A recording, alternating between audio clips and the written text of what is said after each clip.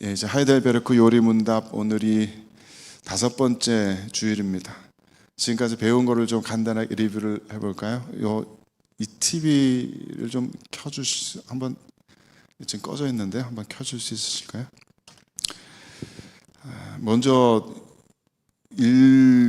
첫 번째 주에는 서론격으로 지금 우리들의 인간의 현재 상태에 대해서 이야기를 나눴습니다. 우리는 지금 죄와 비참한 가운데 빠져 있다고 그랬어요. 그것은 우리가 하나님의 율법의 요구를 이룰 수 없는 존재들이기 때문에 이와 같은 죄와 비참의 그런 지경에 빠졌다 그랬습니다. 그래서 우리는 하나님의 율법을 통해서 우리들이 지금 현재 얼마나 비참한 지경에 빠져 있는가를 알게 된다. 그리고 하나님께서 요구하신 율법은, 하나님께서 인간을 창조하시면서 우리들에게 요구하신 삶의 방식은 이런 것이었습니다. 마음을 다하고 목숨을 다하고 뜻을 다하여 주 너의 하나님을 사랑하라. 그리고 내 이웃을 내 몸과 같이 사랑하라. 하나님께서는 인간을 지으시면서 바로 이러한 원칙대로 살아가기를 바라셨어요. 하나님을 지극히 사랑하는 모습으로, 또 사람들끼리 서로를 자기 몸과 같이 사랑하는 그런 모습으로 살아가기를 원하셨는데, 또 그것을 할 수 있도록 지으셨는데, 인간이 타락해서 그 하나님의 명령을 따르지 않고 스스로 하나님을 거역하는 길을 택했기 때문에 죄와 비참의, 자기 파괴의 그런 비참의 지경에 빠지게 되었습니다. 그래서 제3주일 또 이런 질문이 있었습니다. 그렇다면 우리는 선은 조금도 행할 수 없으며 오직 온갖 악만 행하는 성향을 지니고 있습니까?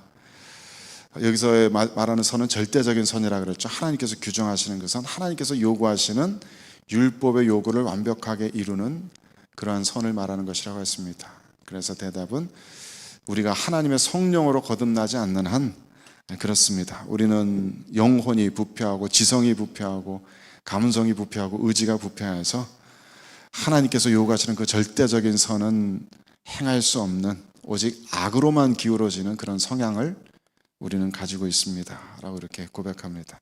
그래서 이렇게 고백하지 않는 이단들에 대해서 몇 개 말씀드렸었죠. 그래서 모든 인간은 결국은 하나님의 진노의 심판에 의한 그 형벌을 받을 운명에 처했다. 그것이 우리들의 비참한 형편이다. 그래서 지난주 질문이 이거였습니다. 하나님께서 그런 불순종과 반역을 혹시 형벌을 하지 않고 지나치실 경우가 있겠습니까? 그럴 확률이 있겠습니까?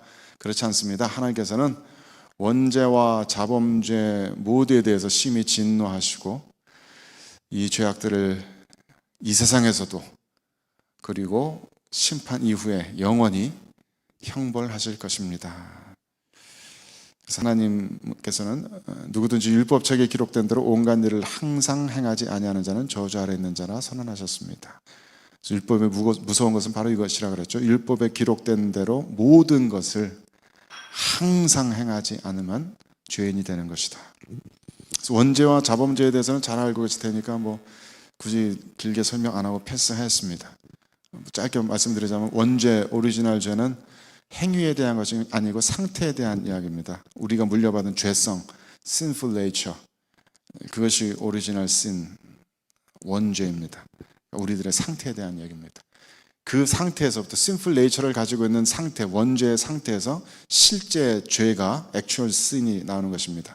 그래서 이 자범죄 actual sin은 우리가 실제로 지은 죄를 말하는 것입니다. 그래서 이런 질문들이 나오면서, 그래도 혹시 하나님께서는 굉장히 자비로우신 분이신데, 하나님의 자비가 한이 없으신 분이신데 우리를 벌하지 않고 지나가실 수 있을 확률은 없는가? 하나님께서 우리를 벌하지 않거나 우리를 모두 그냥 이렇게 용서해 주시는, 형벌이 없이 지나가는 그런 경우는 혹시 없을까? 그래서 이런 질문을 물었습니다. 그러나 하나님은 자비하신 분이 아닙니까?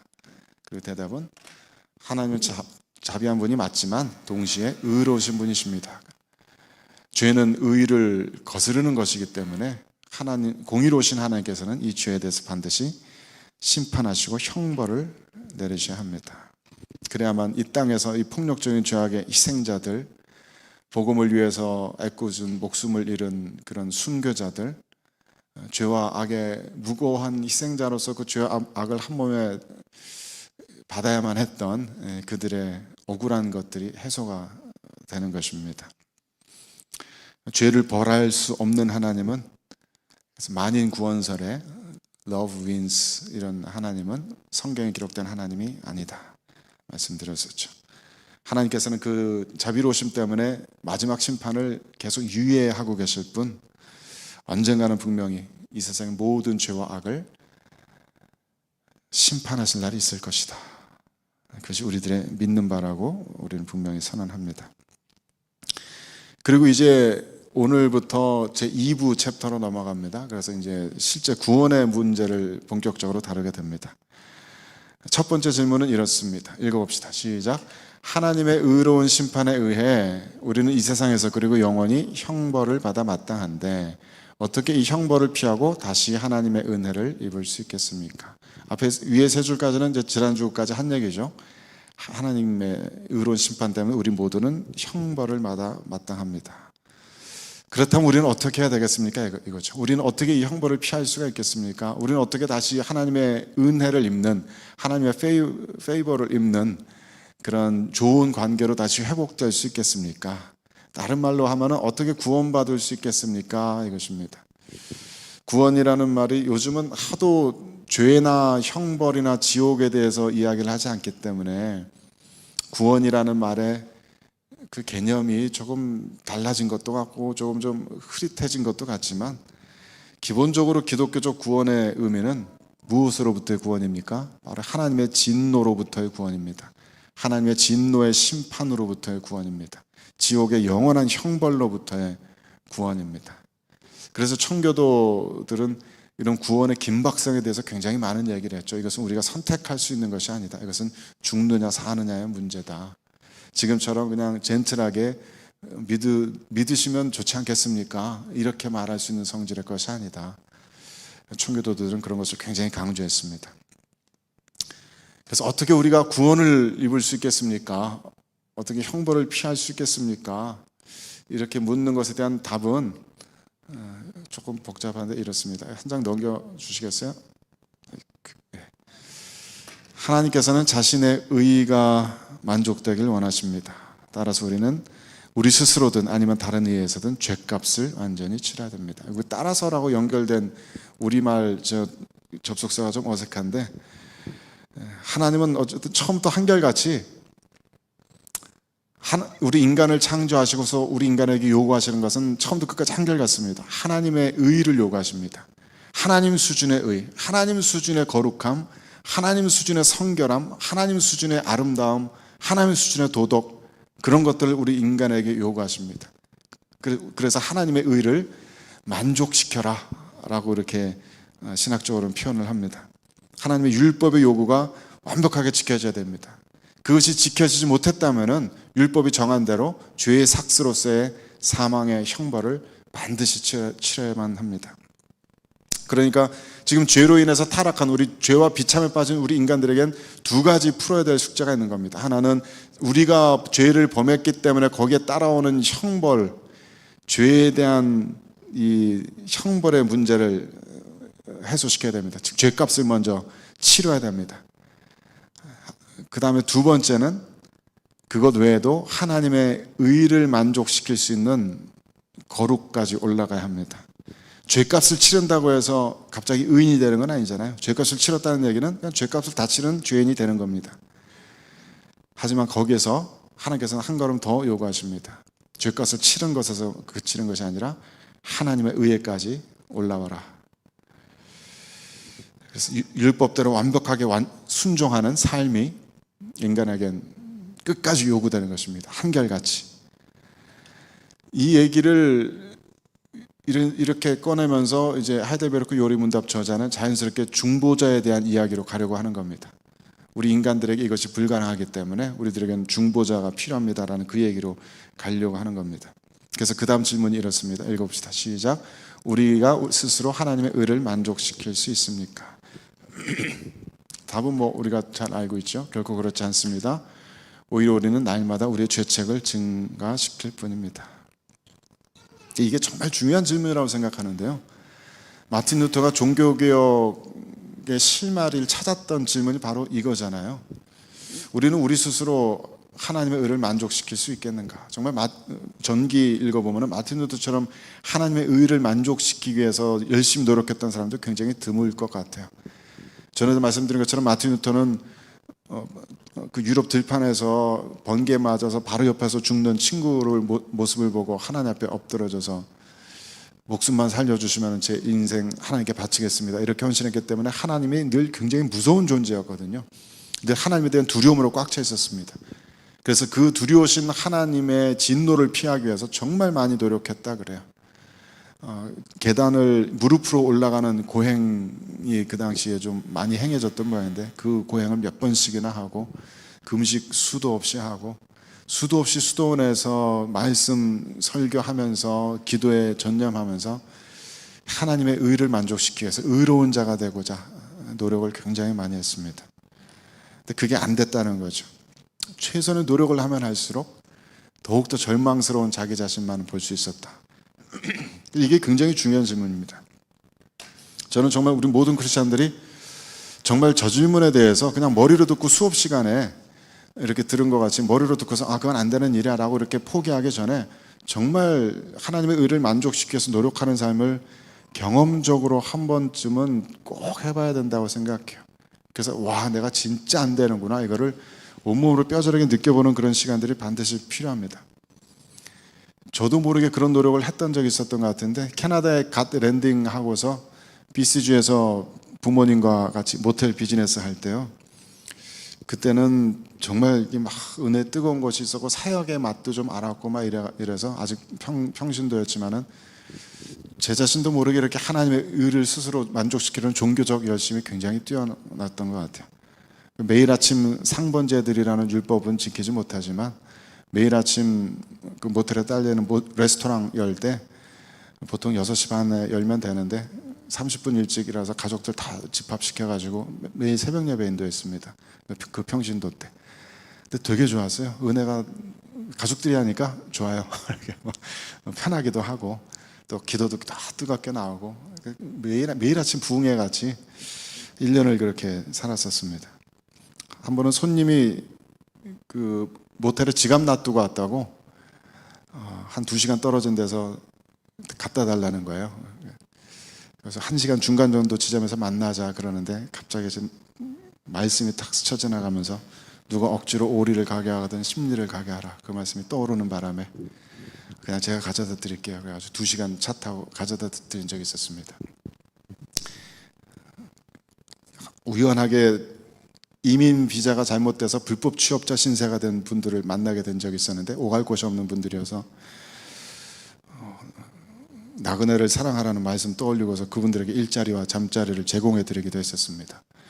그분들 몇 달 같이 계시다가 그분들 떠나실 때에도 요 앞에 버스 정류장까지만 태워다 달라는 거를 나그네 환대라는 그 말씀 때문에 4시간 운전해가지고 목적지까지 모셔다 드리고 그랬어요. 그때 레스토랑에서 서브할 때는 나름대로 정말 행복했던 것 같아요. 이렇게 모든 일을 죽게 하듯 하라는 그 말씀 마음에 품고서 정말 모든 손님들 예수님 모시듯 하려고 했었습니다. 그러니까 마음도 되게 좋아지더라고요. 손님들 위해서 이렇게 멀리서 기도하게 되고 커피 한 잔씩 따라 드리면서 굉장히 기쁜 마음으로 따라 드리게 되고, 또 모텔 운영하다 보면은 이렇게 저렇게 뭐 비용 속이기도 쉬운데 가해자의 것 가해자에게 드리라는 말씀대로 일전도 탈세 절세 안 하려고 정직하게 신고하려고 최선의 노력을 다했습니다. 그때 제가 깨달았어요. 그렇게 하나님의 말씀대로 열심히 살려고 하면 할수록 양심이 굉장히 예민해지더라고요. 양심이 굉장히 예민해져요. 그 전까지는 그냥 스쳐 지나갈 수 있었던 거친 말 한마디도 양심을 굉장히 괴롭히고 또 이런 말을 거친 말을 했네. 마음속에 어떤 뭐 진상 손님들도 많잖아요. 모텔 하다 보면 굉장히 많습니다. 근데 그런 손님들에 대해서 마음에 좀 이렇게 미운 마음이 탁 드는 것도 그냥 아무렇지 않게 지나갈 수 있었던 것도 양심이 날카로워지니까 또 사람 또 미워했다, 또 사람 정죄하고 판단한다, 이런 마음 때문에 스스로 굉장히 고통스러워집니다. 말씀을 읽으면 읽을수록 정말 이 말씀은 내가 못 쫓아간다는 것을 절감할 수밖에 없어요. 레위기 19장 18절에 너희 이웃을 내 몸과 같이 사랑하라. 저는 이게 그냥 신약에만 있는 말씀인 줄 알았는데, 그냥 예수님께서 듣기 좋으라고 하시는 말씀인 줄 알았는데 정말 구약 율법에 있어요. 레위기 19장 18절에. 신명기 15장 4절 말씀을 개역개정으로 읽을 때 몰랐는데 현대인의 성경으로 읽으면서 새번역 성경으로 읽으면서 거기엔 번역이 좀 다르게 되어 있거든요. 너희 중에 가난한 자가 없게 하라. 너희 커뮤니티에, 너희 마을에 가난한 자가 없게 하라. 마음이 너무 아팠습니다. 가난한 사람은 늘 있거든요. 항상 있습니다.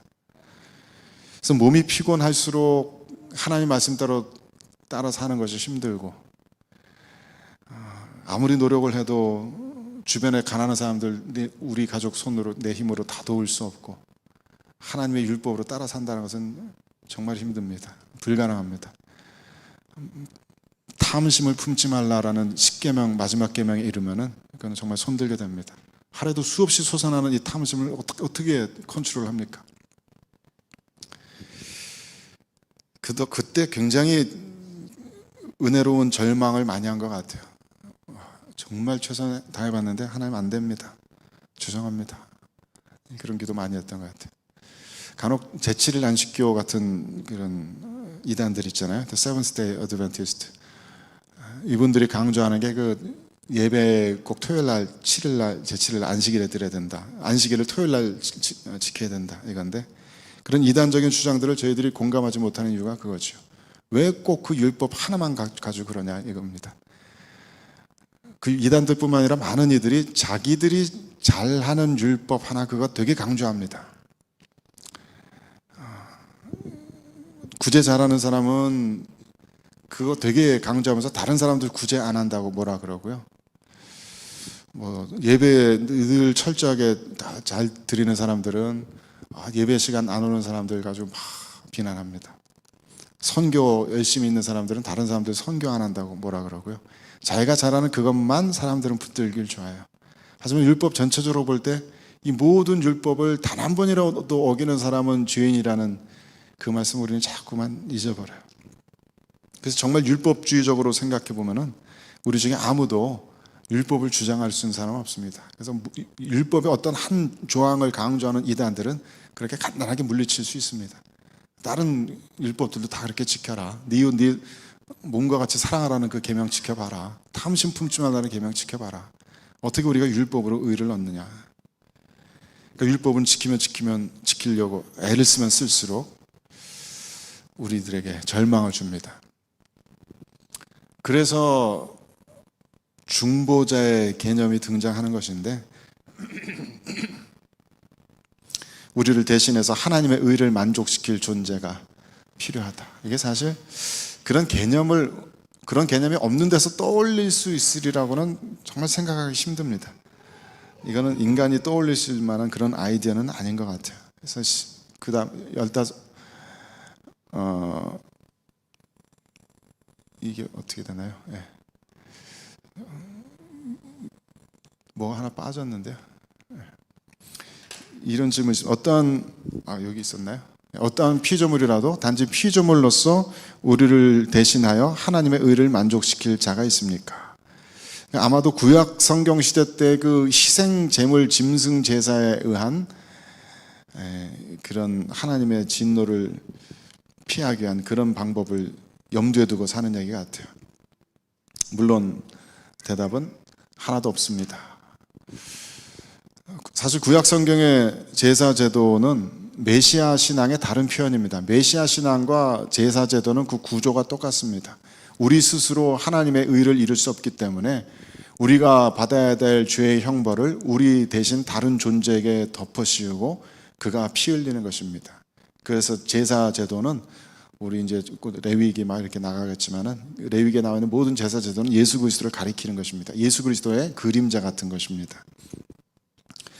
하지만 이 구약의 제사 제도만으로는 하나님의 의를 만족시키지 못하죠. 무엇보다도 이건 1년에 한 번씩만 치러지는, 반복적으로 치러져야 하는 시간 제한이 있는 그런 것이기 때문입니다. 물론 이것도 우리가 생각하는 것처럼 믿음과 동떨어진 그런 구원의 방편은 아니고요. 하나님께서 정하신 대로 너희들의 죄를 희생 제물에게 옮겨 놓고서 이 제물을 죽이기만 하면 너희들이 용서받는다.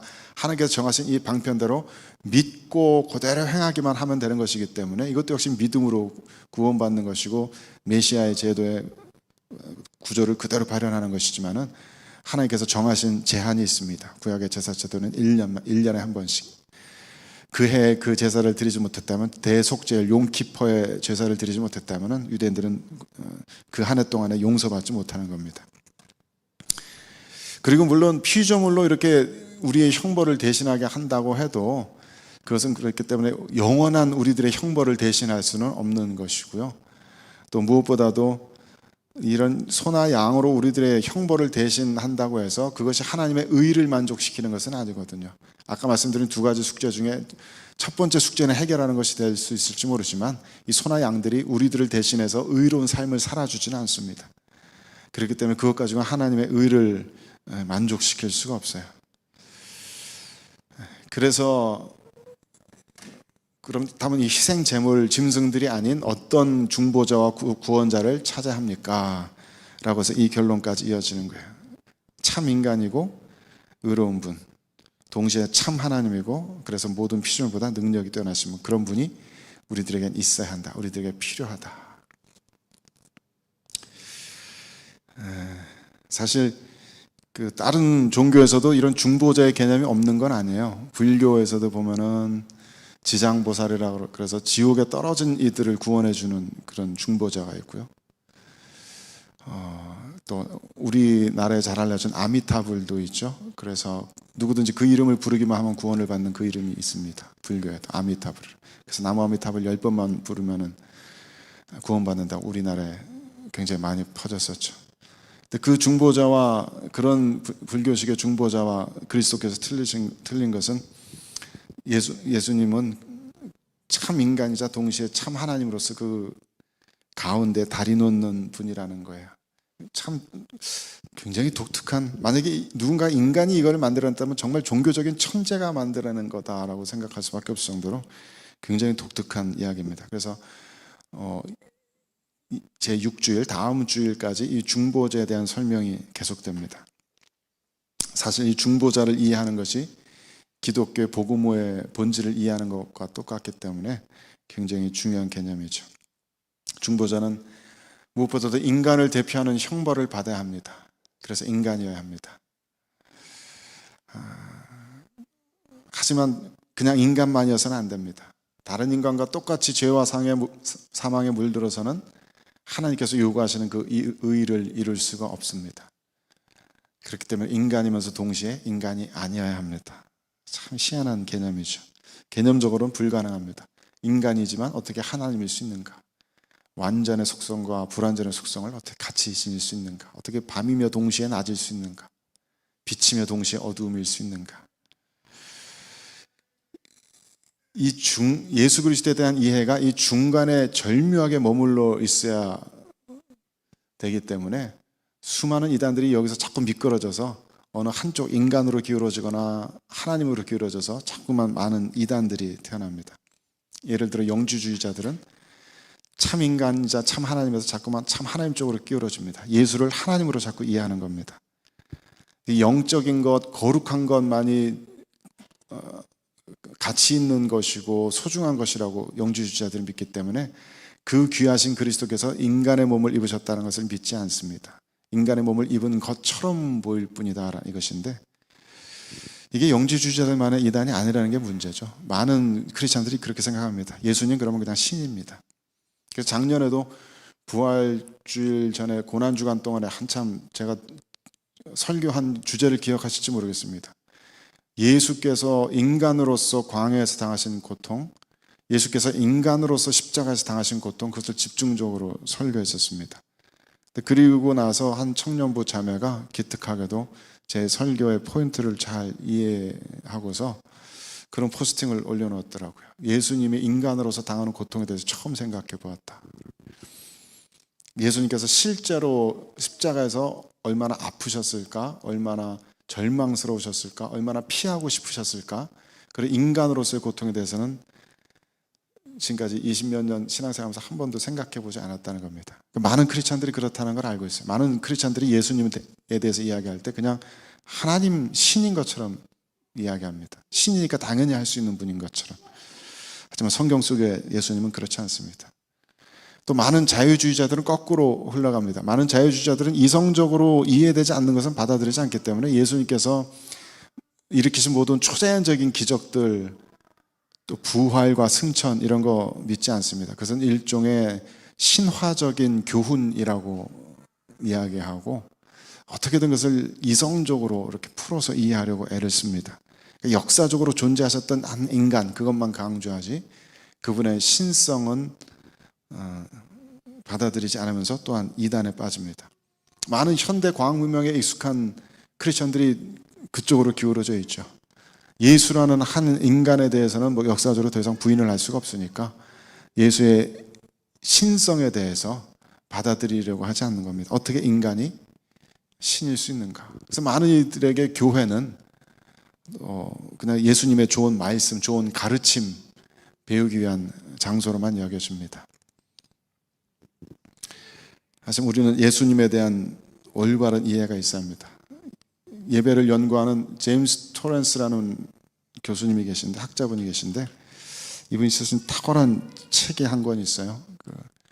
Grace, Community and Triune God이라는 예배에 대한 아주 짧은 책인데 그 내용의 깊이가 어마어마합니다. 이분은 이 책에서 원래는 예배 모델을 설명하기 위해서 삼위일체적인 예배 모델을 이렇게 설명을 하고 계시는데 이것이 예배뿐만 아니라 우리들의 신앙의 어떤 구조를 잘 보여줍니다.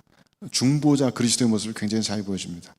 사람들이 예배에 대해서 하나님을 예배한다는 것에 대해서 가지고 있는 세 가지 관점을 보여주는데요. 첫 번째는 유니타리안 모델이라고 이 사람 이름 붙였습니다. 이건 뭐 글씨들이 잘 안 보이실지 모르겠지만은 Father, Jesus 그리고 R 대문자로 R로 된 것은 relationship입니다. relationship 관계가 이렇게 이어져 있다. 이 모델은 쉽게 말하면 모든 사람들이 언제든지 그냥 Father God 아버지 하나님께 저렇게 자유롭게 나아갈 수 있다라는 그런 심플한 모델입니다. 자유주의 신학자들이 주로 이런 개념을 가지고 있다고 설명하지만 사실 기독교를 벗어난 모든 종교는 다 이런 모델입니다. 신과 인간의 관계를 이런 식으로 이해합니다. 많은 뉴에이지 사상가들 스스로 이렇게 마음을 갈고 닦아서 언제든지 저 창조자 혹은 절대자 앞에 우리들이 그 신의 자녀로서 나아갈 수 있다라고 그렇게 믿죠. 그래서 그러기 위해서 마음을 깨끗이 하고 수련해야 된다. 하지만 성경의 가르침은 모든 인간들에게 저 신에게 나아가는 길이 끊어졌다는 것입니다. 모든 인간들은 신에게 나가는 길을 잃어버렸다. 모든 인간은 신이 어디에 있는지 알지 못한다. 어떻게 해야 신을 만날 수 있는지 알지 못한다. 그렇기 때문에 저 모델은 우리들 크리스찬들에게는 불가능한 모델입니다. 저런 모델은 있을 수가 없습니다. 많은 종교가들, 사상가들이 수련을 통해서 공부를 통해서 신과 하나로 유나이트되고 신과 합일되고 신을 만나고 이런 것을 주장하지만 우리는 그들이 만났다는 하나님이 정말 참 신인지 증명할 수가 없습니다. 두 번째 모델이 좀 더 우리들에게 의미심장한데 글씨들이 잘 안 보이시겠습니다만 복음주의자들의 경험적 모델이다라고 이름을 붙였습니다. 맨 왼쪽에 Walk of Christ라고 하는 이벤트가 있습니다. 2000년 전에 예수님께서 십자가 지신 그래서 인간의 모든 죄를 담당하신 그 이벤트를 말하는 것입니다. 그리고 2000년 세월이 흘러서 또 하나의 이벤트가 발생합니다. 캐리그마라는 이벤트가 발생하는데 이것은 교리 공부하는 거 말하는 겁니다. 우리는 모두는 언젠가 한 시점에 예수께서 십자가를 통해서 우리들의 죄를 용서하셨다라는 교리를 배우게 됩니다. 그래서 2000년 전의 십자가의 이벤트를 지금 와서 새롭게 배우게 되는 것이죠. 그리고 나면은 그 캐리그마 교리 공부를 통해서 우리는 이제 마치 그 놀이동산 가면은 자유이용권 여기 팔찌 끼워주는 것처럼 언제든지 하나님 앞에 나아갈 수 있는 프리패스를 얻게 된다라는 그런 모델입니다. 그래서 예수 그리스도의 십자가를 믿음으로 받은 사람들은 언제든지 자유롭게 하나님 앞에 나아갈 수 있는데, 그 하나님은 저 오른쪽 위에 써 있는 것처럼 지저스 성자 예수님이기도 하고 스피릿 성령 하나님이기도 합니다. 언제든지 그렇게 하나님 앞에 나아갈 수 있다. 언뜻 보면 이게 맞는 얘기 아닌가 싶지만은 성경 속에서 말하는 중보자의 개념은 이런 것이 전혀 아닙니다. 캐리그마를 통해서 예수님의 사역에 배웠다고 해도, 그렇게 믿었다고 해도 여전히 우리는 죄로 물들어 있고 여전히 우리는 의에 대해서 부족합니다. 그래서 이 모델은 신학적으로 전혀 올바르지 않습니다. 더 올바른 모델은 굉장히 복잡한데 이겁니다. 그림만 이렇게 대충 보십시오. 꼭 어디 화학식이나 뭐 이런 과학 시간에 본 이런 거 같죠? 맨 왼쪽에는 구약 시대의 모델입니다.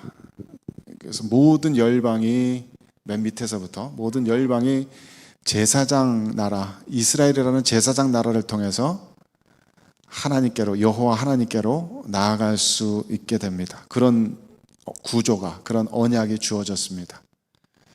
이스라엘은 제사장 역할을 하고 이스라엘을 통해서 온 세계 열방들이, 사람들이 하나님께 나아갈 수 있는 그런 구조.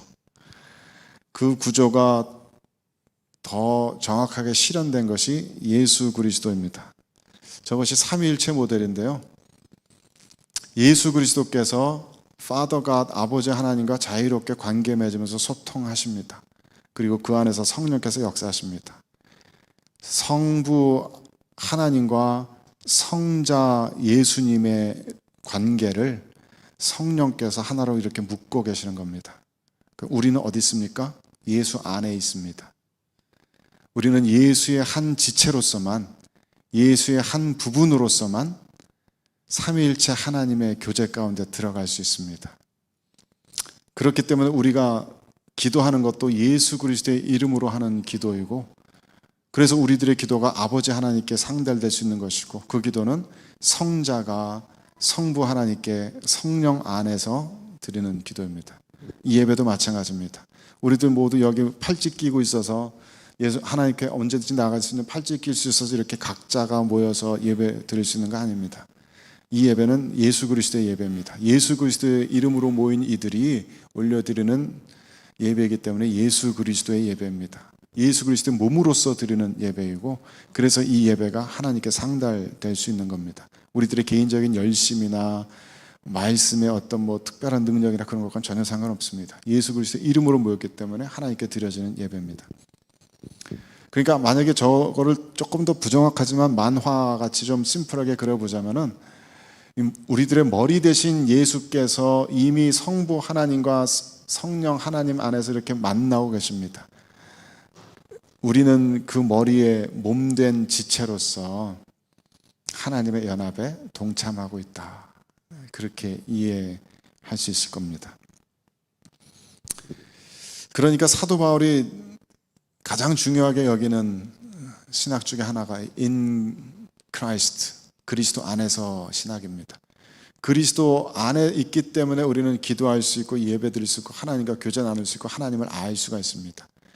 우리가 언제든지 하나님 앞에 나간다면 그것은 우리들 스스로의 이름으로서가 아니라 예수 그리스도의 이름으로 나가는 겁니다. 그게 사도 바울 신학의 포인트였던 거예요. 그러니까 우리들의 옛사람은 이미 죽은 겁니다.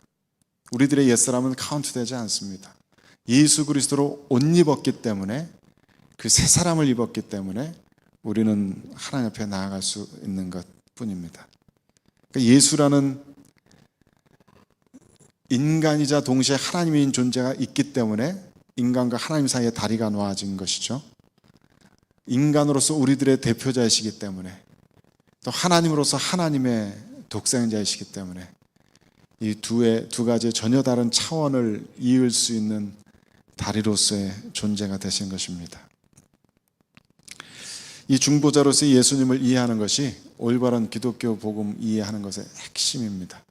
여기서 조금이라도 미끄러지면 이단입니다. 물론 조금 잘못된 개념을 가지고 있는 것은 겉으로는 크게 상관이 없어 보이지만은, 그게 실제 신앙생활로 가다 보면은 이 아주 작은 신학적 차이가 굉장히 커다란 이런 오류들을 만들어내는 경우들을 종종 봅니다.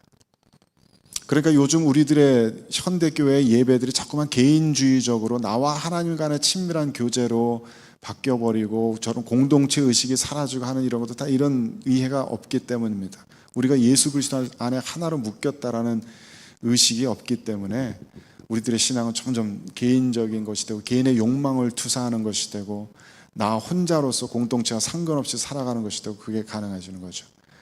예수님은 사랑하지만 교회는 안 다닙니다 라는 것이 그런 잘못된 신학 속에서 가능해지는 겁니다. 다음 시간에도 중보자에 대해서 더 배우게 될 텐데요, 거듭 말씀드리지만 중보자로서의 예수님을 깊이 있게 이해해야 합니다.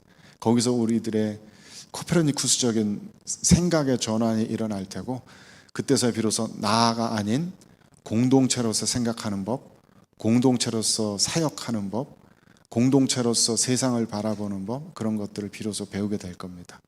공동체로서 세상을 바라보고 신앙할 수 있게 되면은 그때부터 우리는 하나님의 뜻에 조금 더 가까운 그런 신앙의 길을 걸어가는 것이리라 믿습니다. 우리 함께 찬양하시고요, 기도로 마치겠습니다. 우리 다음 시간에 중보자에 대해서 조금 더 자세하게 나누도록 하겠습니다.